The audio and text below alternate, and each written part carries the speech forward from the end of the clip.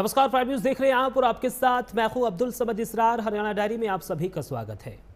हरियाणा के मुख्यमंत्री नायब सिंह सैनी ने फतेहाबाद में पंडित जसराज जयंती के प्रदेश स्तरीय समारोह में शिरकत की। इस दौरान सीएम सैनी ने पद्म विभूषण पंडित जसराज की प्रतिमा का अनावरण किया और शहीद स्मारक पर देश के वीर शहीदों को श्रद्धांजलि अर्पित की। कार्यक्रम के दौरान उन्होंने कहा कि पंडित जसराज भारतीय शास्त्रीय संगीत के ऐसे स्वर सूर्य थे जिन्होंने न केवल देश बल्कि पूरे विश्व को अपनी कला से आलोकित किया। सीएम सैनी ने कहा कि पंडित जसराज केवल एक महान कलाकार नहीं थे बल्कि स्वयं में एक जीवंत संस्था थी। पीली मंदोरी के साथ ही साथ प्रतिष्ठित संगीत परिवार में उनका जन्म हुआ। उन्होंने विपरीत परिस्थितियों के में भी अपनी कठोर साधना जारी रखी। आपका बेटा, आपके भाई आपके बीच आएंगे, आपकी तरफ सेवकों के साथ आपके बीच उपस्थित है मुख्यमंत्री श्री नायब सिंह जी सैनी।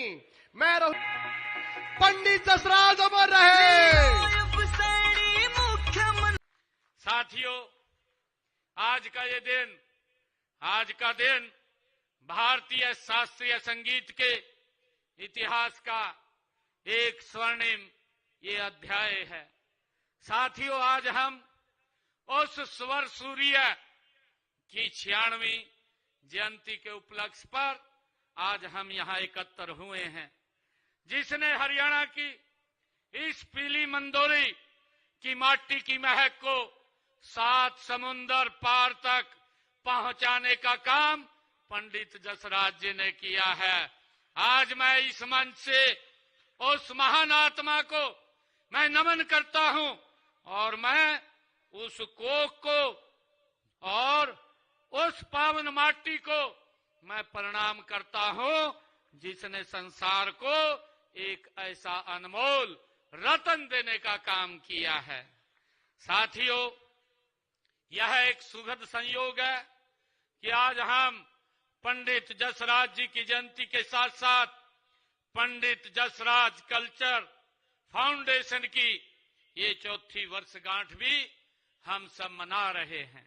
इसकी नींव 2022 में देश के यशस्वी प्रधानमंत्री आदरणीय नरेंद्र मोदी जी ने ही रखी थी। साथियों, यह हमारे लिए अत्यंत हर्ष का विषय है कि यह फाउंडेशन पंडित जी की शास्त्रीय विरासत को ये सहेज रहा है, उसको आगे बढ़ा रहा है। साथियों, साथ ही इसे नई पीढ़ियों तक पहुंचाने का ये पवित्र काम भी कर रहा है। मैं इस पुनीत कार्य के लिए आदरणीय मधुरा दास जी, दुर्गा दास जी और फाउंडेशन के सभी पदाधिकारियों के समर्पण की मैं सराहना भी करता हूं, उनको बधाई देता हूं। पंडित जसराज जयंती के प्रदेश स्तरीय समारोह के दौरान हरियाणा के मुख्यमंत्री नायब सिंह सैनी ने कहा कि हमने प्रदेश को समृद्ध लोक कला और साथ ही साथ लोक संस्कृति और लोक गीतों के प्रचार प्रसार के लिए हरियाणा कला परिषद का भी गठन किया है। हमारी सरकार कलाकारों को प्रोत्साहन देने के लिए प्रतिबद्ध है। साथियों, हमने प्रदेश को समृद्ध लोक कलाओं, लोक संस्कृति और लोक गीतों के प्रचार प्रसार के लिए हरियाणा कला परिषद का भी हमने गठन किया है। हमारी राज्य एवं संस्कृति नीति कलश हरियाणा की कला एवं सांस्कृतिक विरासत को सुरक्षा, संरक्षण, बढ़ावा और प्रोत्साहन देने की हमारी सरकार की प्रतिबद्धता का ये प्रमाण है। साथियों, आने वाली पीढ़ियों को अपनी समृद्ध परंपराओं से अवगत कराने के लिए कुरुक्षेत्र में हर वर्ष अंतर्राष्ट्रीय गीता जयंती महोत्सव भी मनाया जाता है। सरस्वती नदी के तट पर, वहीं कुरुक्षेत्र के अंदर स्थापित तीर्थ स्थानों पर हर वो साल सरस्वती महोत्सव का भी वहां आयोजन किया जाता है। साथियों, प्रदेश में शिल्प कला को बढ़ावा देने के लिए शिल्प मेले व सरस मेले भी लगाए जाते हैं।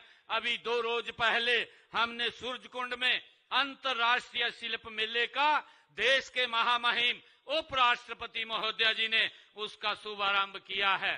साथियों, फरीदाबाद में हर साल दीपावली मेले का भी वहां आयोजन किया जाता है। इन सब कलाकारों को मंच प्रदान किया जाता है। इनमें राष्ट्रीय व अंतर्राष्ट्रीय ख्याति प्राप्त कलाकार अपनी प्रस्तुति देते हैं।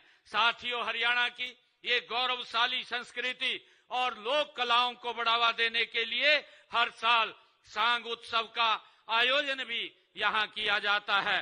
कुरुक्षेत्र विश्वविद्यालय में रत्नावली महोत्सव उभरते हुए कलाकारों के लिए अपनी प्रतिभा दिखाने का वो विश्वविख्यात मंच बन चुका है।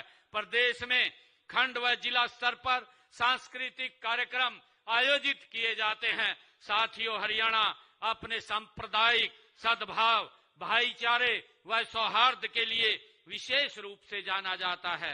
साथियों, इस सद्भाव के पीछे प्रदेश की समृद्ध सांस्कृतिक और साहित्यिक परंपरा व साझी विरासत है, जो हम सह अस्तित्व का संदेश वो देने का काम करती है। और फिलहाल हरियाणा डायरी में सिर्फ इतना ही। देश और दुनिया की तमाम बड़ी खबरों के लिए आप बने रहिए।